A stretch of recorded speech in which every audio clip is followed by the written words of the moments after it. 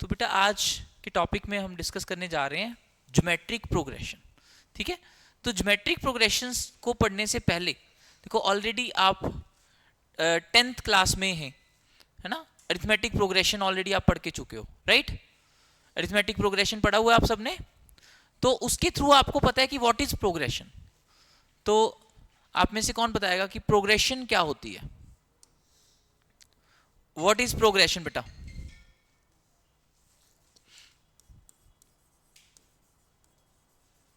Progression, what is the meaning of progression? Yes, tell me, क्या मतलब होता है बेटा प्रोग्रेशन का? सीक्वेंस, सीरीज तो पढ़ा है आपने, सीक्वेंस पढ़ी है। What is sequence? एक पैटर्न फॉलो कर रहा है, एक arrangement of numbers in a definite pattern, right. Okay, और उस सीक्वेंस में से कौन सी सीक्वेंस को हम बोलते हैं कि ये प्रोग्रेशन है? जैसे कि हमारे पास 2, 5, 8, 11, 14, क्या बेटा ये सीक्वेंस प्रोग्रेशन है? कौन सी प्रोग्रेशन है ये?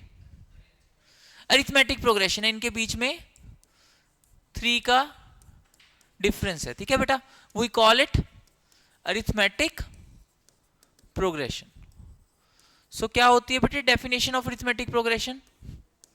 Difference between consecutive terms is constant throughout the series.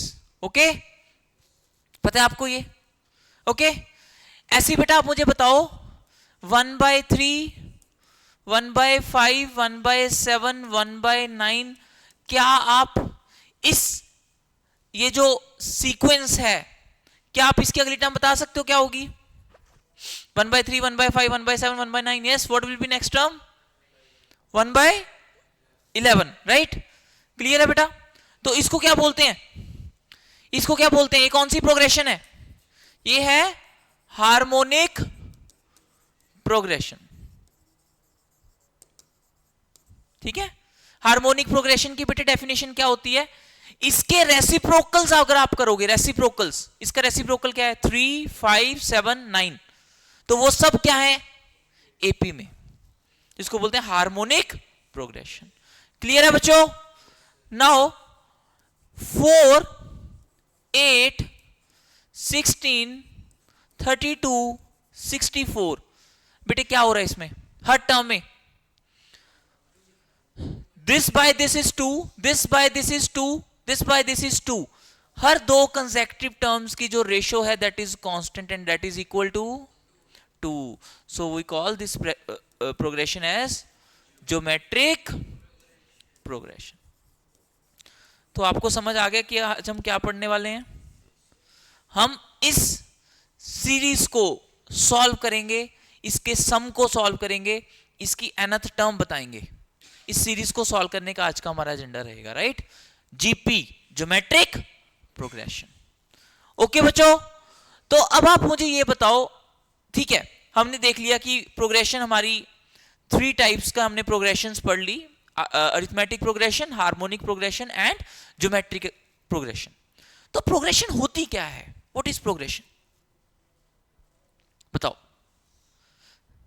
एक ऐसी सीक्वेंस जिसमें जो रिलेशनशिप है कंसेक्यूटिव टर्म्स के बीच का that is independent of N.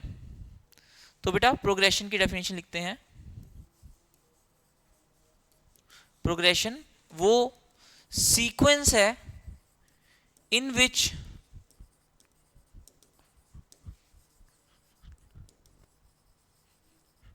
relationship between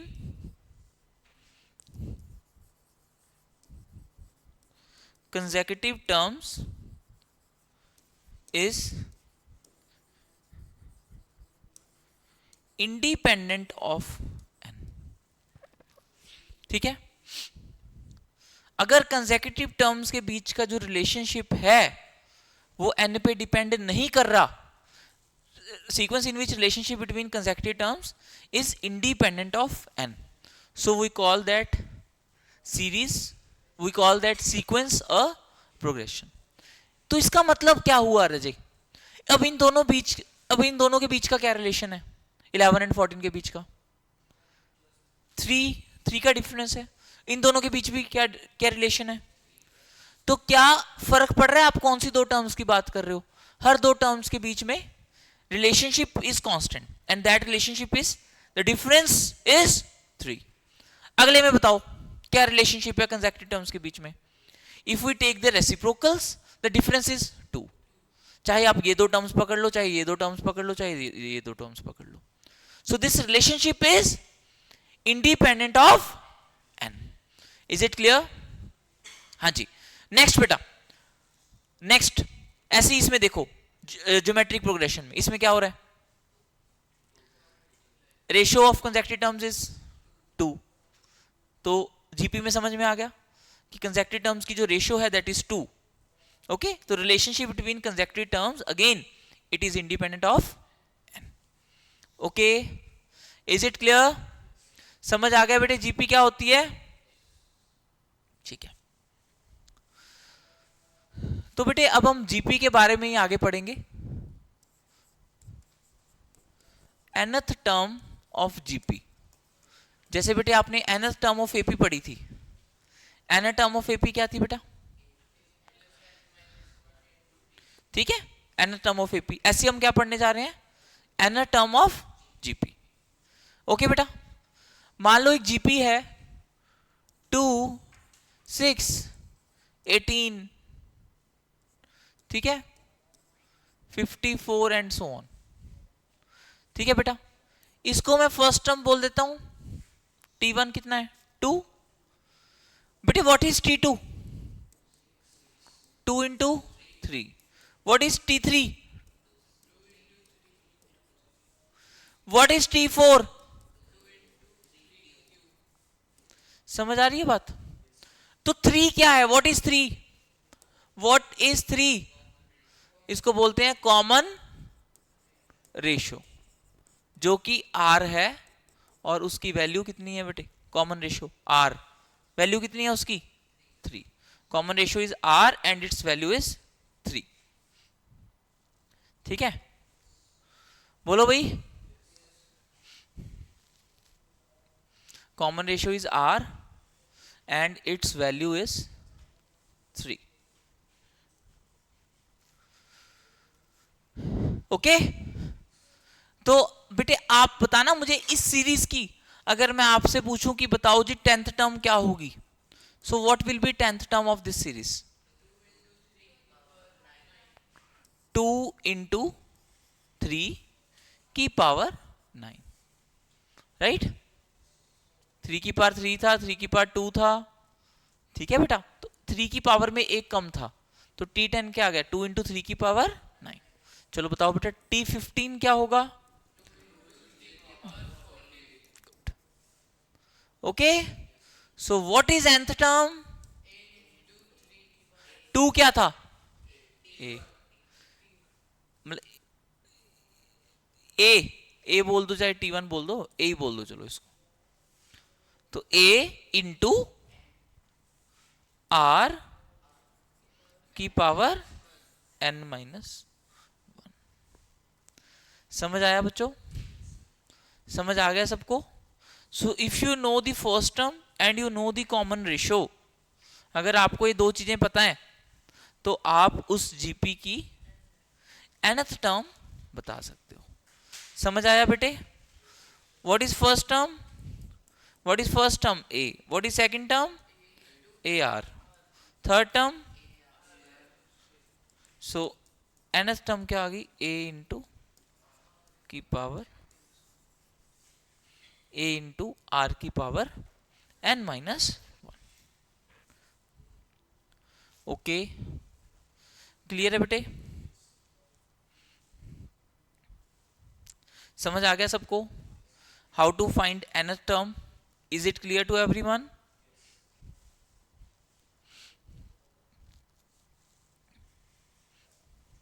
done? Okay. if sixth term of GP is 128 and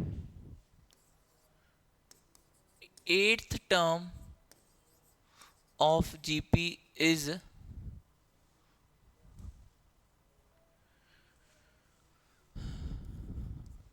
512. 512,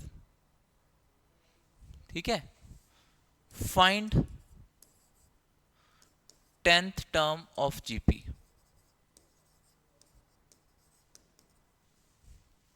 10th term निकालिए बेटा जीपी की.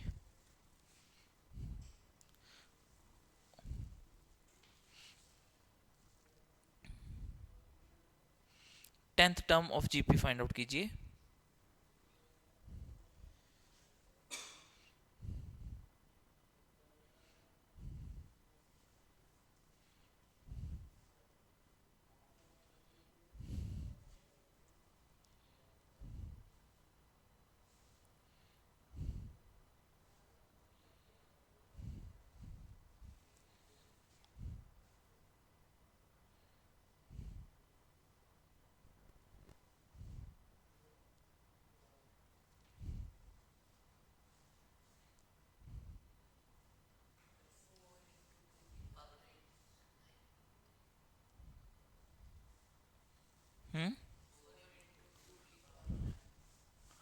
हो गया बेटे. a इंटू आर की power 5 is 128. a into are की power 7 is 512. So beta, when you will divide both, so you will get r square. And what is value of r square? R square is 4. Okay. So beta, r can be plus minus 2. Plus minus 2 beta. R can be anything, either plus 2 or minus 2. Okay. Clear है बेटा? So what is 10th term?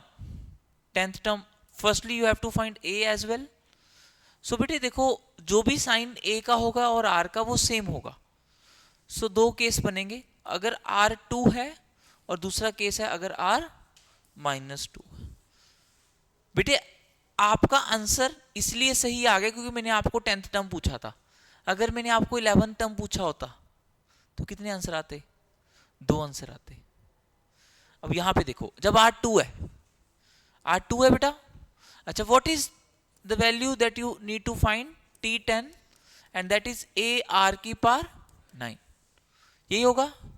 क्या मैं इसको 128 into are की power 4 लिख सकता हूं? क्या मैं इसको 128 इंटू आर की पावर 4 लिख सकता हूं? क्या किया मैंने? आर की पावर 9 को अलग अलग कर लिया, आर की पावर 5 अलग कर लिया, आर की पावर 4 अलग कर लिया. तो जो ए आर की पावर 5 था बेटे उसको मैंने 128 लिख दिया, जो आर की पावर 4 था उसको आर की पावर 4 ही रहने दिया. समझ आ गया बेटे? This is T10, right? बोलो. So now in case R is 2, so what is 10th term?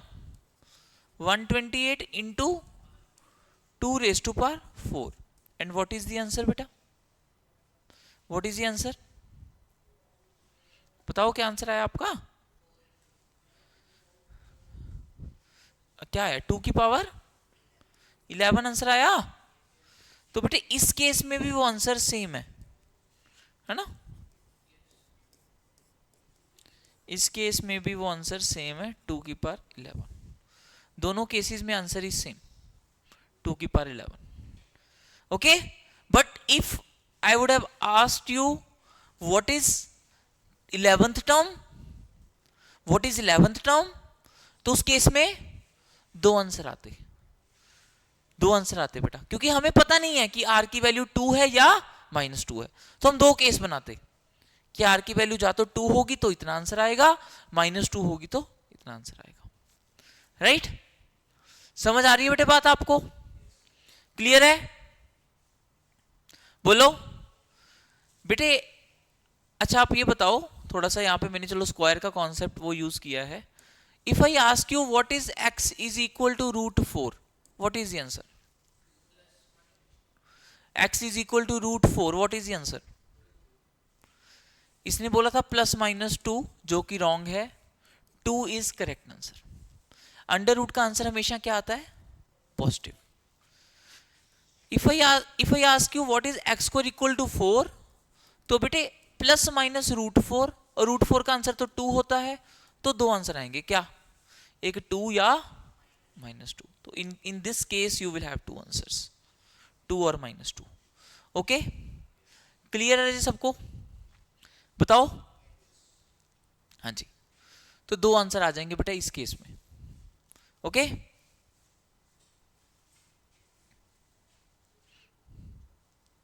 ठीक है, क्लियर है सबको?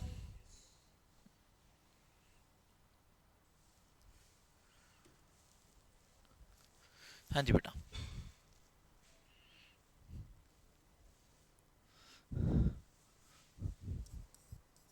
तो कुछ प्रॉपर्टीज हैं बेटे जीपी की. तो फर्स्ट ऑफ ऑल आप बताओ, अगर आपके 3 नंबर्स ए बी सी वो जीपी में है, क्या जीपी में? A B c, 3 numbers are in GP. So what is the relation between ABC? So what is the relation between ABC? बताओ, A, B and C में क्या relation होगा रजे? बताओ बेटा. 3 नंबर्स जीपी में जब होते हैं तो उनकी रेशो बराबर होती है ना? सो B बाय A क्या है? Ratio between A and B, and same is C by B, तभी जीपी में होंगे. बोलो बेटा. तो यहां से क्या कंडीशन आ गई? B square equal to AC.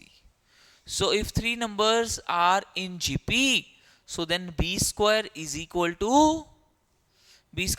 to AC. Okay बेटा, सबको क्लियर है ये? बताओ.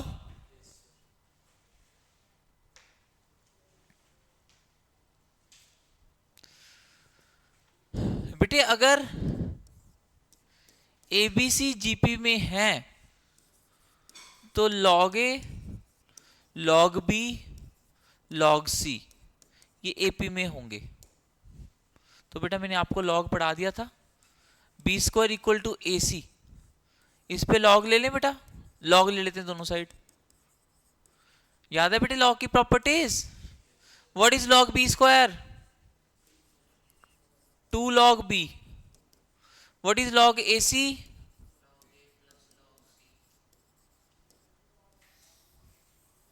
Log A plus log C.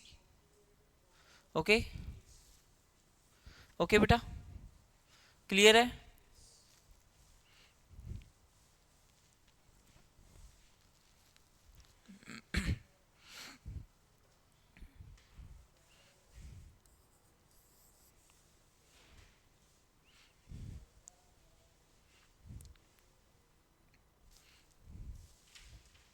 यहां तक बेटे कोई डाउट किसी को? अच्छा,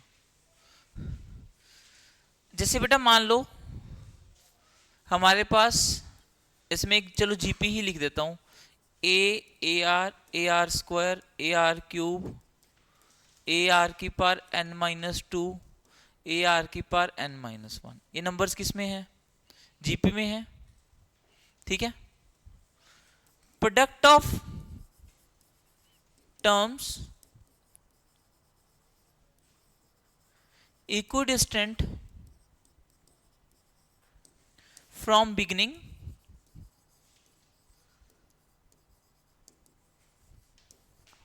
and from end is constant.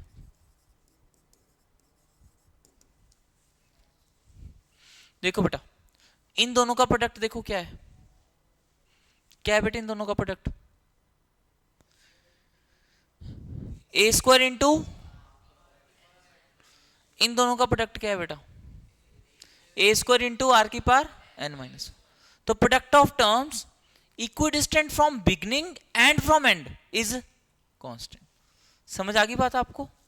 Prove हो गया कि वो कांस्टेंट है. किसी को कोई डाउट इसमें? क्लियर है सबको?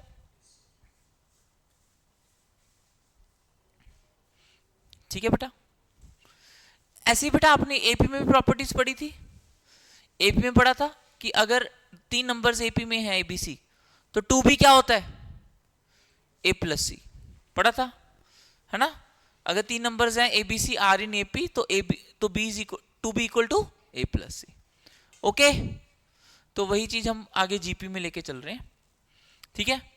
Product of terms equidistant from beginning and from and is constant. Clear है बेटे सबको, कोई डाउट इसमें?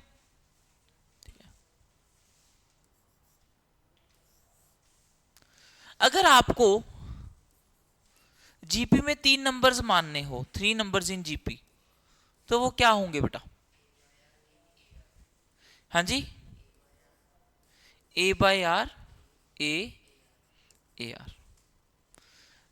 एपी में 3 नंबर्स कैसे मानते हो? A minus D, A plus D, तीनों एपी में होते हैं। ऐसे क्या ये तीनों जीपी में है? A by R, A R GP में है बेटा, इसकी रेशो आर, इसकी रेशो भी आर, तो ये तीनों नंबर्स किस में है? जीपी में। ओके, बोलो बेटा, अगर आपको 3 की बजाय 4 नंबर्स जीपी में मानने हो, 4 नंबर्स इन जीपी, तो वो क्या होंगे? बोलो, A by R cube, A by R, A R, A R cube, A by R cube, A by R, A R, ठीक है, इंटू ए आर क्यूब। यहां तक बेटे आपको कोई डाउट हो? बोलो, सबको क्लियर है?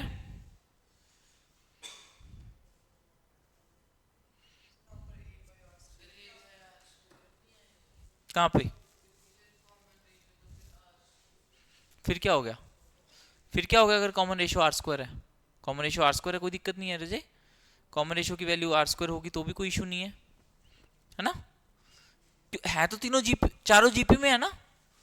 हमारे लिए मेन इंपॉर्टेंट क्या है कि चारों जीपी में रहे, ठीक है। कॉमन रेशियो की वैल्यू कैसी भी हो सकती है, उसमें थोड़ी ना फर्क पड़ता है, राइट। यहां तक बेटे कोई डाउट आपको? समझ आ रही है बेटे जीपी? बोलो,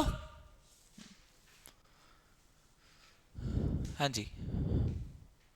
क्वेश्चन है बेटा,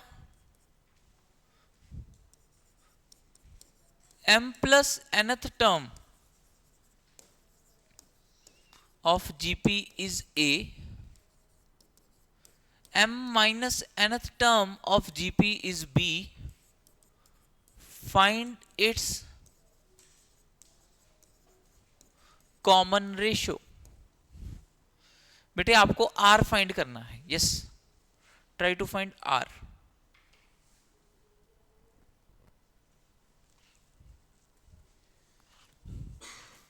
R फाइंड करके दिखाइए बेटा।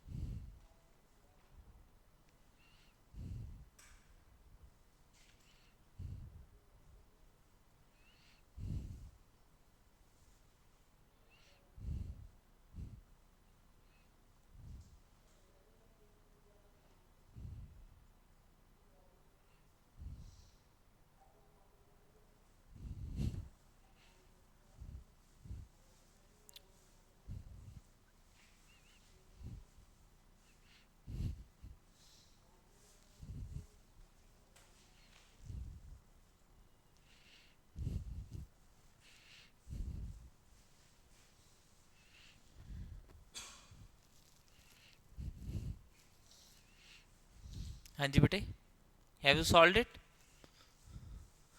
बेटे यहाँ पे a ऑलरेडी दिया हुआ है, तो जो आप फर्स्ट टर्म वाला उसको कुछ और मान लो, कैपिटल A मान लेते हैं, ठीक है। कैपिटल A इंटू आर की power m plus N minus one, कितना दिया हुआ है? a। Capital A into are की power m minus N minus one, कितना आ गया? b।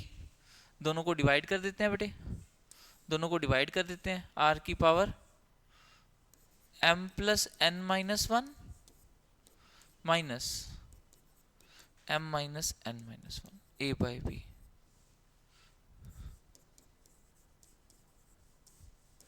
A by b raise to the power 1/2n। बोलो बेटा, आर की पावर 2n आ गया ना ए बाई बी, आर की power 2n A by B आ गया, तो आर कितना आ गया, ए बाई बी की पावर 1/2n। ओके ठीक है बेटा, वेरी गुड नितिका। हाँ जी, यहां तक कोई डाउट हो बेटे आपको, बोलो।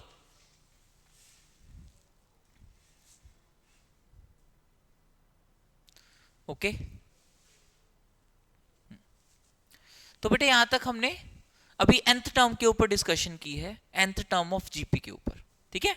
अभी हम क्या पढ़ने जाएंगे बेटा इसके बाद, sum of n terms of GP.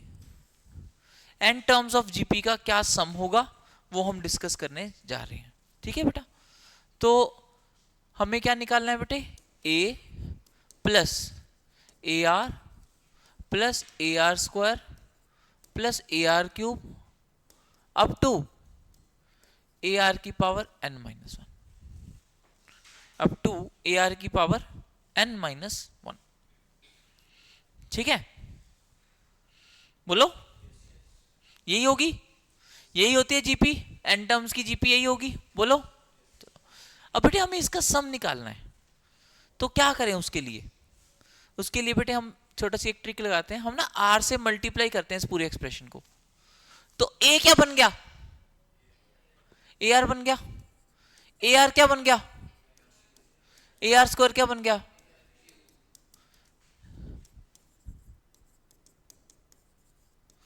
कोई दिक्कत, बोलो भाई, माइनस कर दो, माइनस कर दो, s n into 1 minus r, जब सबको माइनस कर दोगे सब कट हो जाएगा, बचेगा क्या, a माइनस ए आर की पावर n।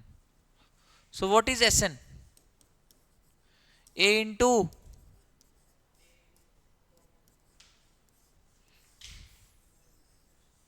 समझ आया बेटे, समझ आया बेटे। So what is n terms of GP का सम, क्या फॉर्मूला है n टर्म्स ऑफ जीपी के सम का, a इंटू 1 माइनस आर की power n by 1 minus r, ठीक है बेटा, note it down carefully.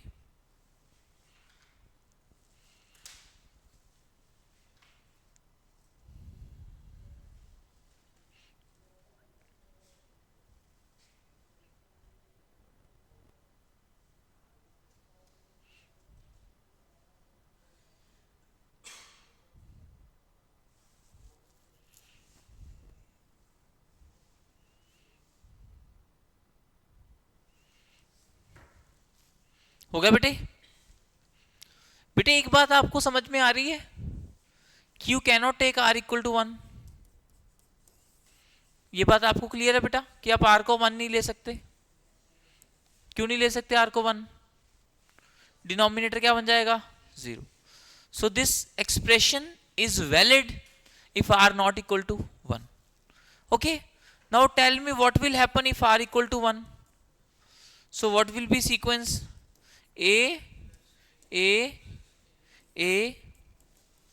Up to A, answer कितना आ गया, Na, बिकॉज ये सीक्वेंस AP भी है एज वेल एज GP भी है।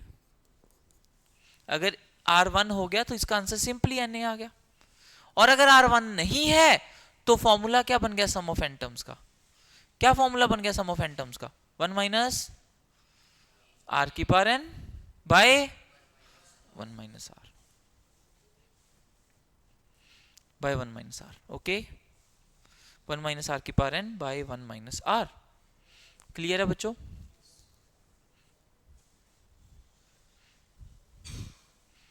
बोलिए, समझ आ गया, आर यू श्योर, क्लियर है, ठीक है। तो हो गया sum of N terms of GP, ठीक है। तो again sum of N terms of GP में what are the parameters that we need to find the sum. First term, common ratio, and the number of terms for which you are finding the sum, right? These three things you need to find the sum of n terms of GP. Okay बेटा, clear है बेटे? अब आप मुझे बताओ, question है, चलो आप इसका सम करो। 4 plus 2 plus 1 plus half 1/4 and so on. तो 10 टर्म्स है बेटा, ये इनका सम क्या होगा?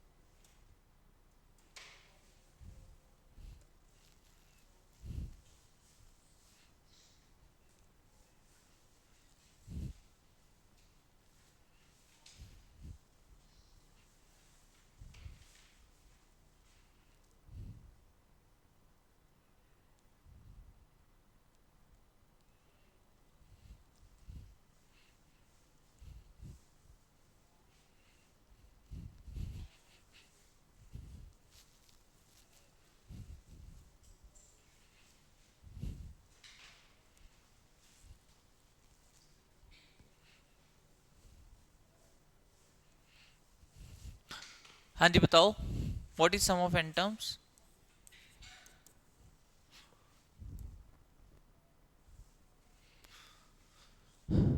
बताओ रजय। a इंटू आर कितना है पहले ये तो बताओ। आर हाफ है, yes. a into 1 minus are की पावर 10 बाय 1 माइनस हाफ। कितना आंसर आ गया बेटे? 8 इंटू, यही आंसर आया बेटे? Okay, next.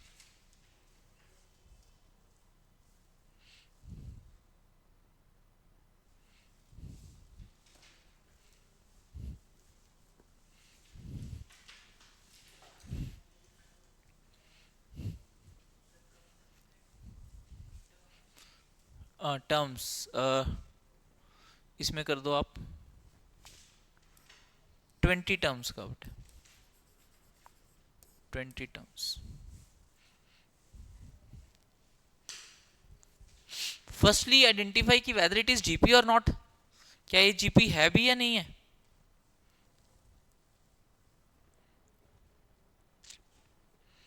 हैं जी?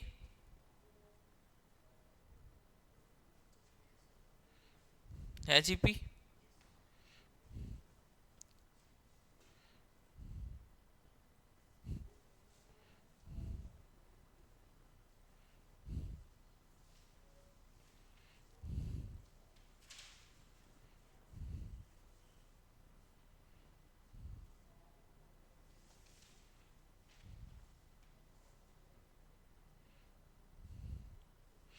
ओके नीतिका बेटा आंसर दो।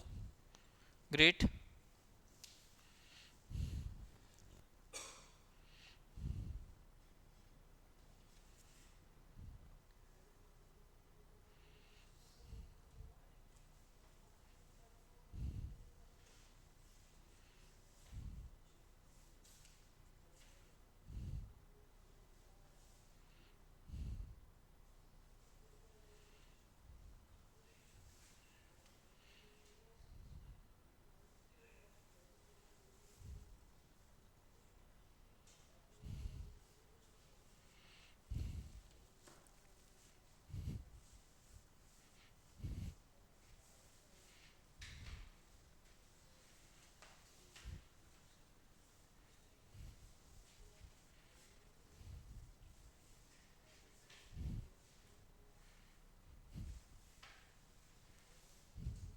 हाँ जी,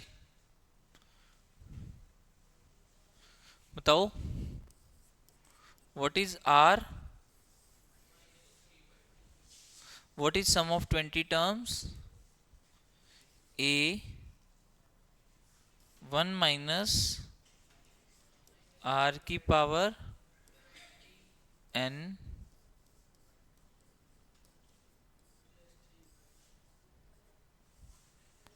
ठीक है, क्लियर है?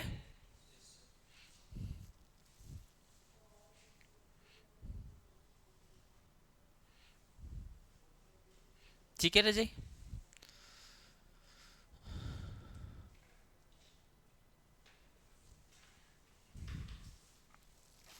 हाँ जी बेटा, समझ आ गया, सबको क्लियर है?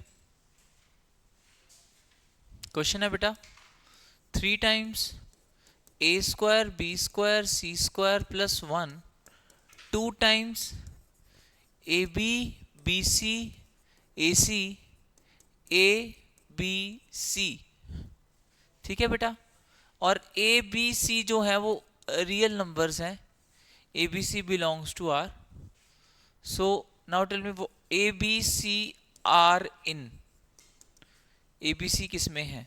एपी में है, जीपी में है, एपी एंड जीपी में है, डी नन। बताओ बेटा।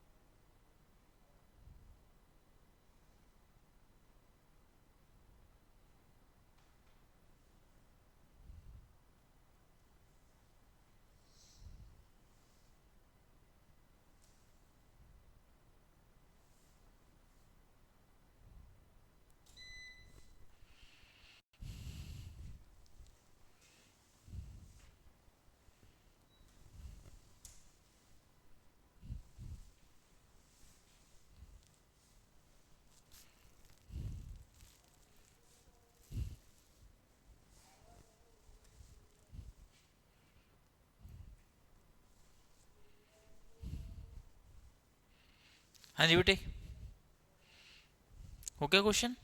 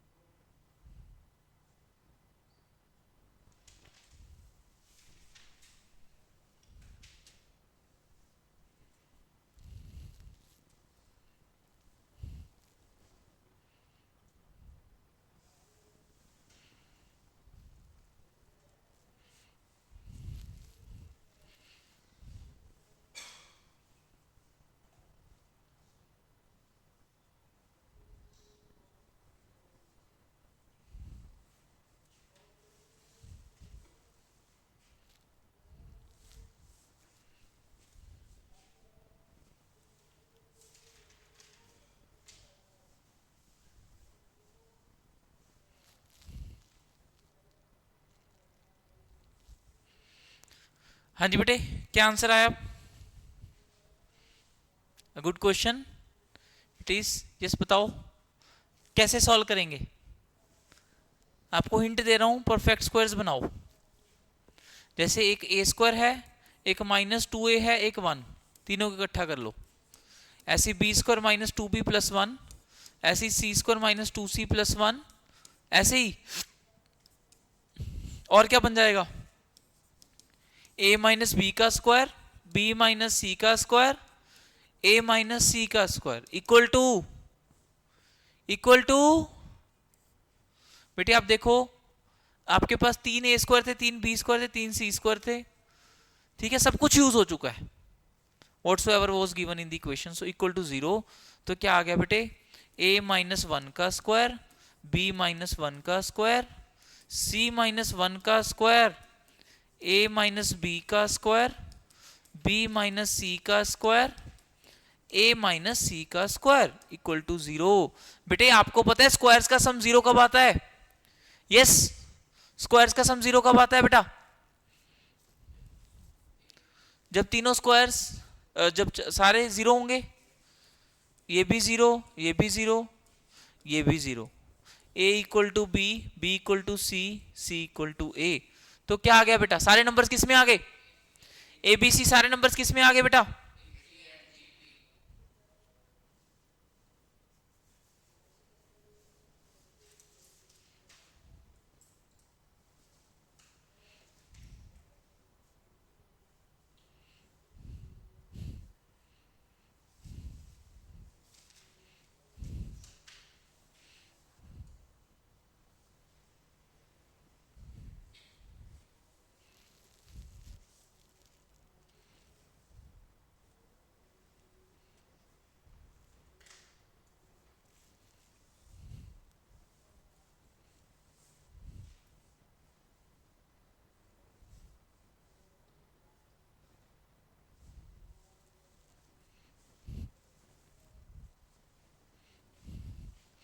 बताओ रजय, क्लियर है बेटा ये?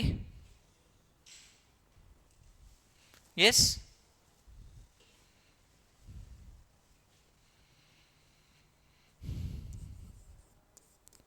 इनफानाइट जीपी, इनफानाइट जीपी बेटा,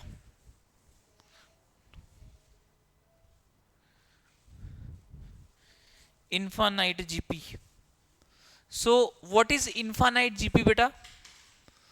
ठीक है, when there are infinite terms, for example you have 4 2 1 half 1/4 and there are infinite terms। infinity, you know that what is infinity बेटा?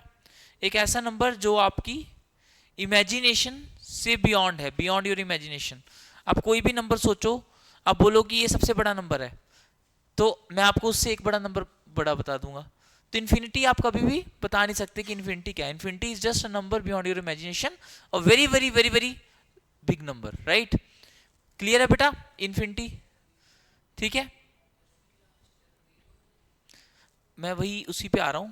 ठीक है, तो बेटे जब आप इस सब का सम करोगे ना, 4 2 1 1/2 1/4, बेटे last term nearly, it won't be exact 0, it will be nearly 0, क्योंकि 1 में बहुत बड़ा नंबर आएगा, बहुत बड़े नंबर 1 रेसिप्रोकल करोगे तो लगभग 0 आएगा, 0 एग्जैक्ट नहीं आएगा। ठीक है बेटा?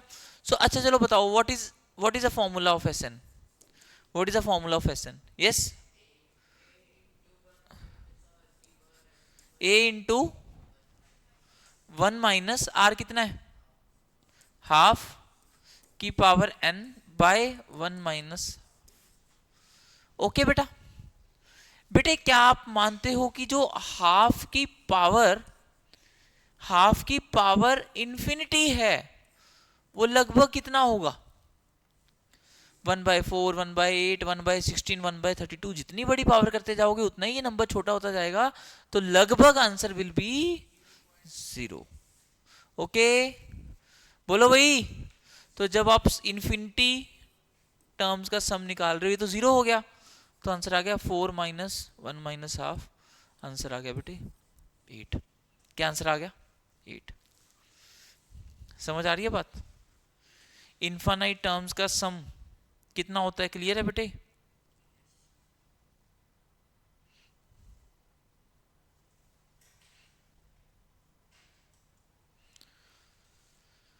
इनफाइनाइट टर्म्स का सम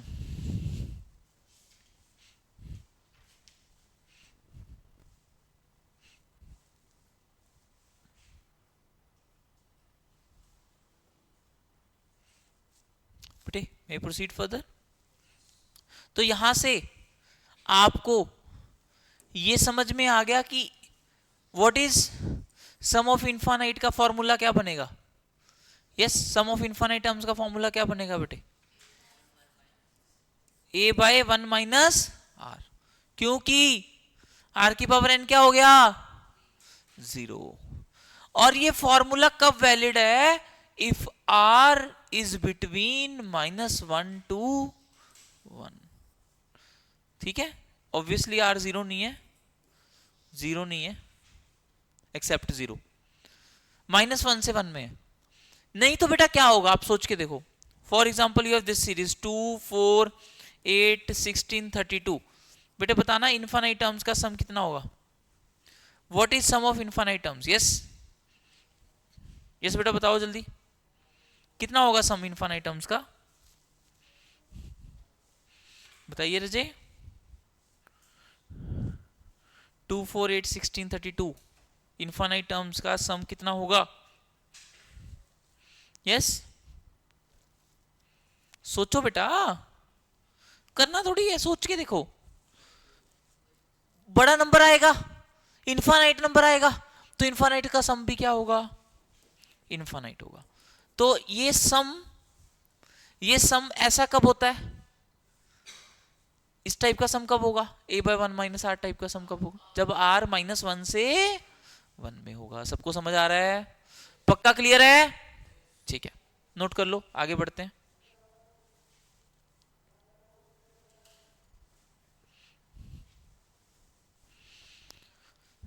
ठीक है, करें आगे? चलो ठीक है, एक क्वेश्चन है बेटा, फाइंड करना है आपको सम 2 22 2 2 2 2 n टर्म्स का सम।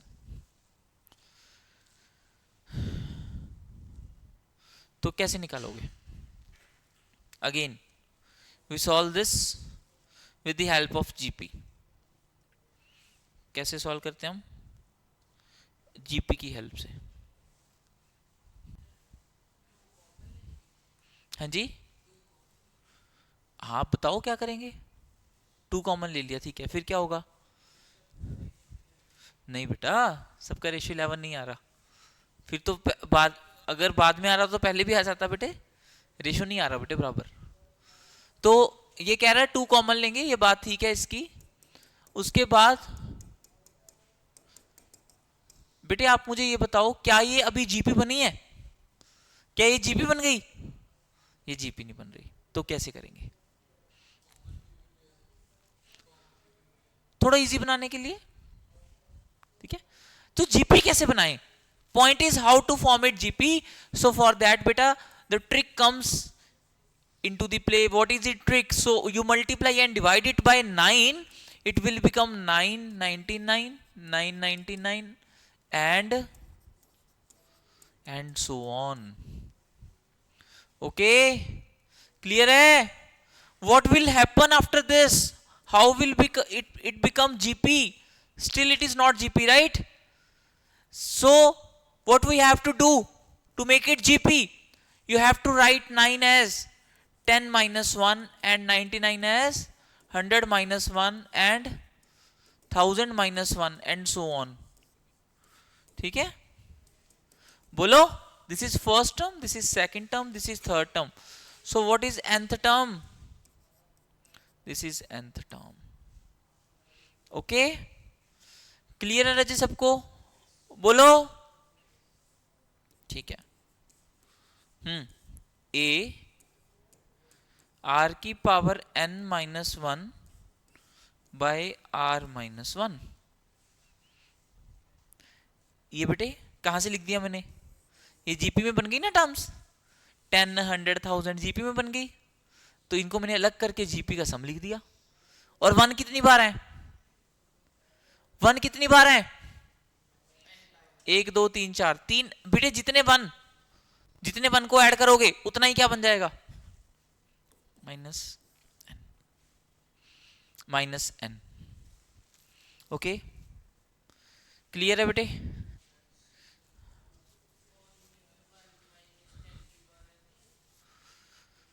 बेटे ऊपर भी मैंने माइनस कॉमन ले लिया, नीचे भी, वो पॉजिटिव में लिखना थोड़ा अच्छा लगता है ना। अब मैं इसको 1 - 10 लिखूंगा, -9, 10 - 1 बेटर है, तो ऊपर भी मैंने 10 की पावर -1 लिख लिया। बेटे समझ आ गया ये क्वेश्चन को कैसे सॉल्व करना है? हाँ जी, सबको क्लियर है? What are the steps that we have performed?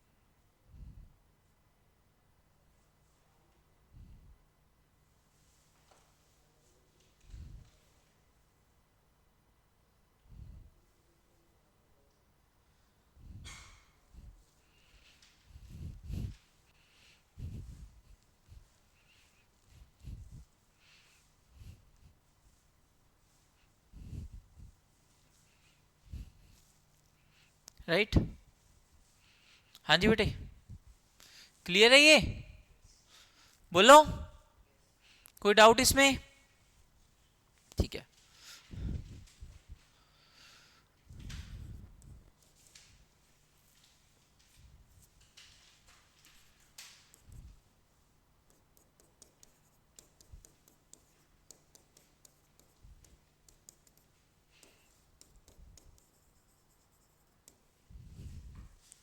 One -1/3 + 1/9 - 1/27, so on, infinite terms. How will you find its sum?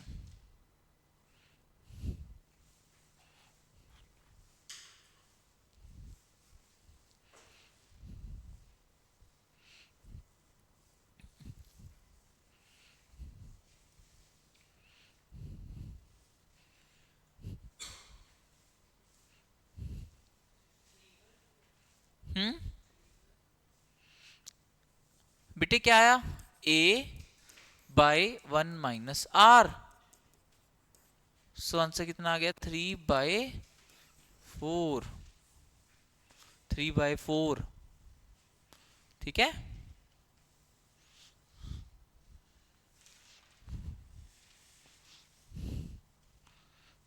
ठीक है, 3/4। क्लियर है रजे सबको? Yes,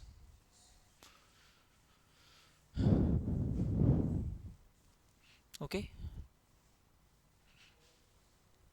next question, next question है बेटा, हमारे पास एक इक्विलेटरल ट्रायंगल है, दिस इज इक्विलेटरल ट्रायंगल। ठीक है, एबीसी इज इक्विलेटरल ट्रायंगल। इसके मिड पॉइंट्स को ज्वाइन करके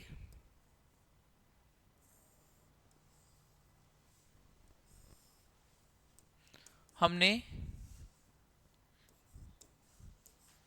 एक नई ट्रायंगल बनाई, उसके मिड पॉइंट्स को ज्वाइन करके हमने एक नई ट्रायंगल बनाई, ऐसे ही प्रोसेस चलता रहा। ठीक है, mid points are joint to form new triangle and so on. ये चलता रहा बेटे प्रोसेस। आपको क्या हो रहा है स्लाइड्स का, आपको इसका सम ऑफ पैरामीटर्स बताना है। क्या बताना है? Sum of parameter. आपको बताना है कि सम ऑफ पैरामीटर क्या होगा।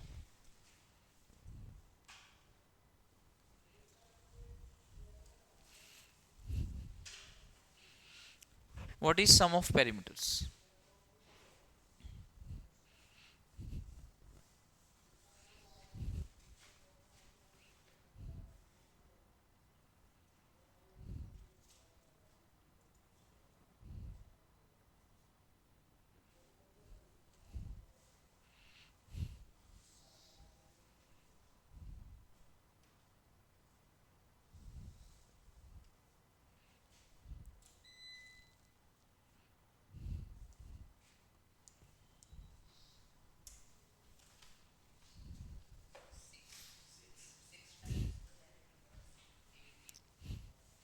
सम ऑफ पैरामीटर्स बताना है बेटे आपको। क्या होगा? 6 इंटू हाफ आ गया बेटे, वो साइड लेंथ हाफ आ गई। मिड पॉइंट्स को पता है ना आपको, कौन सी थ्योरम होती है? Mid point theorem. सो जो आपका डीई है, आपको पता है it is half of BC. बोलो। तो अगर बीसी ए है तो डीई कितना है? a/2। तो जो डीईएफ वाली जो ट्रायंगल बनी है उसकी सारी साइड्स कितनी है? a/2 a/2 a/2। ठीक है बेटा। उसके बाद जो ट्रायंगल बनी है उसकी सारी साइड्स कितनी है? a/4 a/4 a/4। उसके बाद a/8 a/8 a/8 and so on, process चलता रहा। तो करो बेटा, ऐड करो। पहले लिखो 3a, फिर लिखो 3a/2, है ना? तो 3a/2 3a/8 4 and so on. सो क्या आ गया बेटे? 3a/1 माइनस हाफ, आंसर आ गया 6a। सो समझ आ गया बेटे आपको? जीपी की एप्लीकेशन समझ में आ रही है? बोलिए। ठीक है, ये समझ आ गया बेटे? तो एक क्वेश्चन और इसमें करते हैं।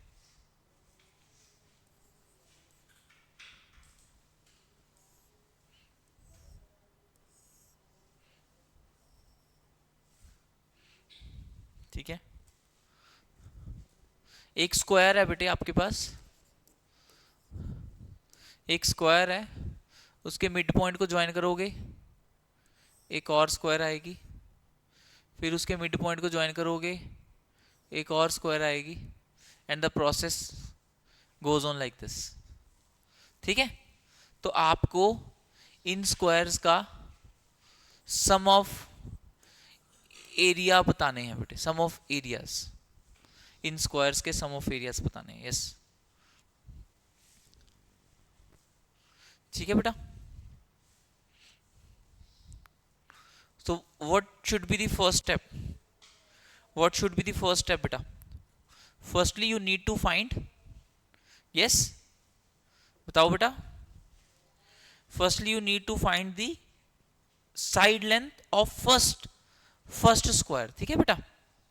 So if this is a, this is a, so this will also be a/2 a/2। okay, E F G H। what is EF? what is EF? a/√2 बेटा, बोलो। a/2 a/2, पाइथागोरस से आपको पता है EF कितना आ जाएगा? a/√2। So area of ABCD कितना है बेटे? a square. बेटे एरिया ऑफ EFGH कितना है? a²/2 एंड सो ऑन, चलता रहेगा ये प्रोसेस। तो क्या आएगा बेटे? Sum a² + a² / 2 plus a square by 4 and so on up to, आप मानते हो बेटे ये a बाय रूट 2 है, ये a बाय रूट 2 है, a बाय 2 रूट 2, a बाय 2 रूट 2, इनका सम करोगे तो ये साइड लेंथ कितनी आ जाएगी, ये वाली a बाय 2, राइट। तो इसीलिए इसका एरिया कितना है, a स्क्वायर बाय 4। तो बेटे क्या आ गया, 1 माइनस हाफ, आंसर कितना आ गया, 2a स्क्वायर। इन इनफाइनाइट स्क्वायर्स के एरियाज का सम is 2a square because the series is converging. आगे जाके आगे वाली स्क्वायर्स लगभग ऐसे हो जाएंगे जिनका एरिया बिल्कुल नेग्लिजिबल होगा, तो ही आप इसका फाइनाइट आंसर निकाल पा रहे हो। अगर एरिया बढ़ रहा होता तो इनफाइनाइट टर्म्स का सम कभी भी फाइनाइट नहीं होता। कम हो रहा है, टर्म्स कम होती जा रही हैं, लास्ट वाली टर्म लगभग 0 है, इसीलिए आप उसका सम निकाल पा रहे हो बेटा। Is it clear to everyone? Yes, सबको समझ आ गया बेटे, पक्का क्लियर है? ठीक है। अच्छा, उसके अलावा बेटे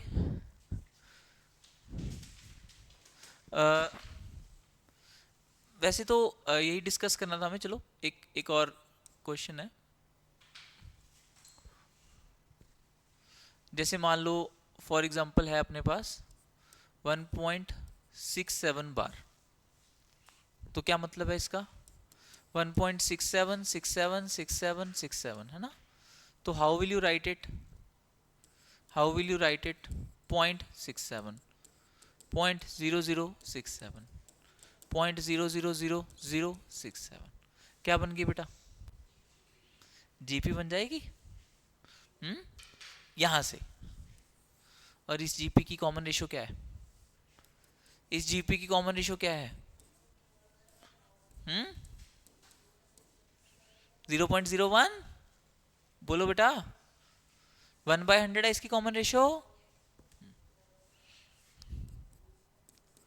1 + 67/99।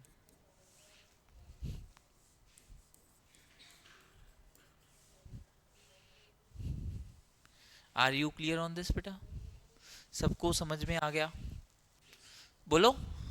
तो जो आपके ये रैशनल नंबर्स होते हैं जो नॉन टर्मिनेटिंग बट रिपीटिंग होते हैं ना, तो इसको भी आप जीपी की हेल्प से भी आप इसको सॉल्व कर सकते हो। वैसे तो इसका और इजी मेथड हमें पता ही है, तो जीपी से क्यों करेंगे, बट स्टिल मतलब I have given you the one other way. So बेटा have you got the idea about GP, समझ आ गया सबको जीपी क्या है। एपी आपने पढ़ा हुआ है, ऐसी जीपी है, ऐसी बेटे एचपी है, फिर एजीपी है। तो ये सारी चीजें हम डिटेल में हमारी 11th क्लास में इसको डिटेल में पढ़ेंगे। अभी मेरा टारगेट था कि आपको ब्रीफिंग करना टॉपिक्स की, ताकि आपको पता चल जाए कि टॉपिक्स के अंदर क्या है, और उन टॉपिक्स का थोड़ा थोड़ा आपको एडवांस बताना। तो आप सब बच्चों को जीपी समझ में आ गया है, ठीक है बेटा, ओके।